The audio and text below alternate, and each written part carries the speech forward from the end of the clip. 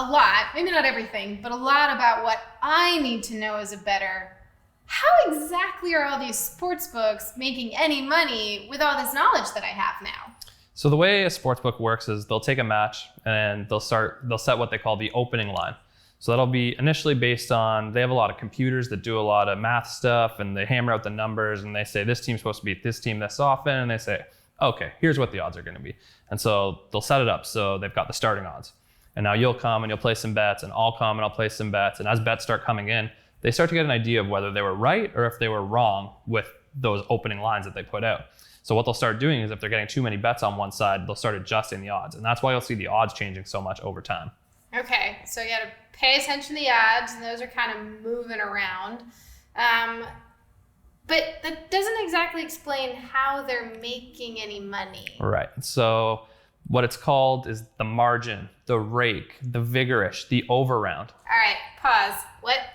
So all those things are just different words for the same thing. And it's what it means is that they don't quite pay you out what they're supposed to. Mm-hmm. So say we're flipping a coin. We've talked about coin flips a few times. And I say every time we flip a coin, you pay me $1. And every time we flip a coin, I pay you 98 cents.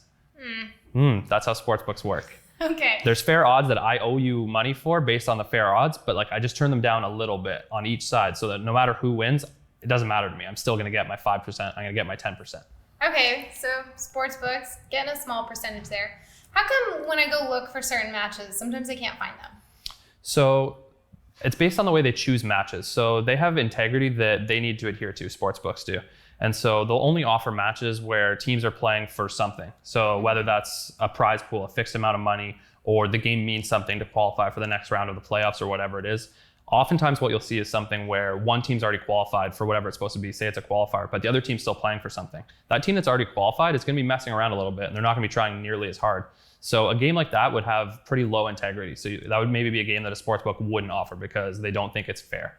Okay, so the context of the game is important because if the odds are there, then they may not represent the actual outcome. And then if the game's not there at all, then it might not be a game that matters that much. Exactly, yeah. So you'll see sometimes the odds will be there and they might not make sense because the one team is still trying and they've tried to figure out exactly how much that one team might not be trying. And other times they just won't offer the match at all. Okay, all right. So that's a little brief on how sportsbooks are actually making money. But, as we continue this series, it'll be more about how I can make some money.